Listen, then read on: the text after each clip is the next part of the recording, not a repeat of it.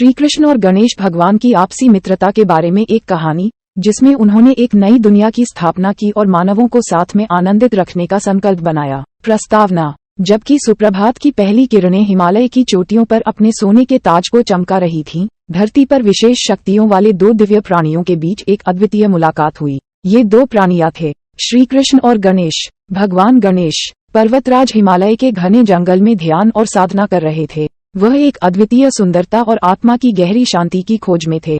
वह विश्व की सृजनात्मक ऊर्जा का अध्ययन कर रहे थे और अपने माता पिता पार्वती और शिव की शिक्षाओं को सुनते थे। वहीं श्री कृष्ण वृंदावन के नवयौवन गोपाल थे। उनके साथी गोपियां और उनकी मधुर बांसुरी की मधुर धुन में पूरे गांव को खोल देती थीं। श्री कृष्ण का जीवन खुशियों और आनंद की एक बुनाई हुई लकड़ी था। एक दिन भगवान गणेश अपने ध्यान से बाहर निकलकर चलने लगे और वे वृंदावन पहुंचे, जहां श्री कृष्ण और उनके साथी गोप बच्चों के साथ खेल रहे थे। श्री कृष्ण की और गोपियों के संगीत ने गणेश का मन मोह लिया। वे एक पुनरागमन व्यक्त करने का फैसला करने लगे, लेकिन इसके लिए एक अद्वितीय प्रयोजन की आवश्यकता थी। श्री कृष्ण और गणेश की मुलाकात। श्री कृष्ण और गणेश ने एक दूसरे से मिलने का समय चुना, एक सुंदर वन में, जिसमें आकाश में आरंभिक उत्कृष्टता के लिए प्रशंसा करने के लिए जाने वाले गोपों का समुदाय था। जब वे मिले तो एक अद्वितीय आदर्श सृजित हुआ, विश्व का संतुलन बनाने का। श्री कृष्ण ने अपने आनंद और खुशियों के आदान प्रदान का गणेश से बांटा और गणेश ने अपनी आत्मा की शांति और ध्यान का गहरा ज्ञान श्री कृष्ण के साथ साझा किया। दोनों ने साथ में एक नई दुनिया की स्थापना करने का निर्णय किया, जिसमें आत्मा का शांति से बनाया गया संसार और साथियों के साथ आनंदित रहने का अवसर हो। नई दुनिया की स्थापना। श्री कृष्ण और गणेश ने एक समर्थ संगठन बनाया, जिसमें आत्मा के गहरे ज्ञान के साथ ही खुशियों की खोज की जा सकती थी। इस संगठन का नाम रखा गया आत्मा संवाद। आत्मा संवाद ने विभिन्न प्रकार के ध्यान, प्राणायाम और आध्यात्मिक अध्ययन की प्रमुख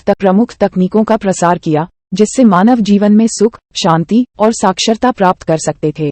ये संगठन लोगों को उनकी आत्मा के साथ जुड़ने में मदद करता था, जिससे उन्हें अपने जीवन का मार्ग ढूंढने में मदद मिलती थी। श्री कृष्ण और गणेश ने साथ में योजना बनाई कि वे आत्मा संवाद के लिए जगह जगह यात्रा करेंगे और लोगों को उनकी आध्यात्मिक शिक्षा देंगे। इसके परिणामस्वरूप दुनिया भर में एक नई संजीवनी शैली की जरूरत और ध्यान की आदत पैदा हुई। आत्मा संवाद की साझा यात्रा। श्री कृष्ण और गणेश ने साथ में कई दर्शनीय स्थलों की यात्रा की, जैसे कि गंगा किनारे के तीर्थ स्थल हरिद्वार, वाराणसी, अयोध्या और मथुरा। हर यात्रा एक नए सीखने का अवसर प्रदान करती थी और वे अपने भक्तों के साथ अपने अनुभव और आध्यात्मिक ज्ञान का साझा करते थे। उन्होंने लोगों को ये सिखाया कि आत्मा की खोज में सफलता केवल मन की शांति के माध्यम से ही हो सकती है। वे यात्रा के दौरान अनेक आदर्श चित्रण देते थे, जैसे कि जीवन में संतुलन कैसे बनाया जा सकता है, कठिनाइयों का सामना कैसे करना चाहिए और आत्मा के गहरे आराधना का महत्व कैसे है। एक विशेष यात्रा। एक दिन श्री कृष्ण और गणेश ने एक विशेष यात्रा का आयोजन किया, जो दोनों के भक्तों के बीच बहुत अच्छा प्रतिस्पर्धी बन गया। इस यात्रा में भाग लेने वाले भक्तों को अपने आत्मा के साथ जुड़ने के लिए कई चुनौतियां दी गई थीं। एक चुनौती थी कि वे सुरक्षित रूप से एक सुबह के अंतर्गत अपने गोलियों में से सबसे अच्छी सुरक्षा के साथ 1 मिनट के लिए गुजरना था। एक अन्य चुनौती थी कि वे एक सड़क पर चलकर अपने आत्मा को पहचानें और उसे अपने शारीरिक रूप से छू सकें। यात्रा के दौरान श्री कृष्ण और गणेश ने अपने भक्तों को ध्यान के महत्व के बारे में शिक्षा दी और उन्हें आत्मा की महत्वपूर्ण भूमिका के बारे में समझाया। नतीजा। इस यात्रा के बाद लोगों ने अपनी आत्मा के साथ संबंध बनाने के लिए नए तरीके सीखे और उन्होंने अपने जीवन में संतुलन और आनंद की खोज में सफलता प्राप्त की।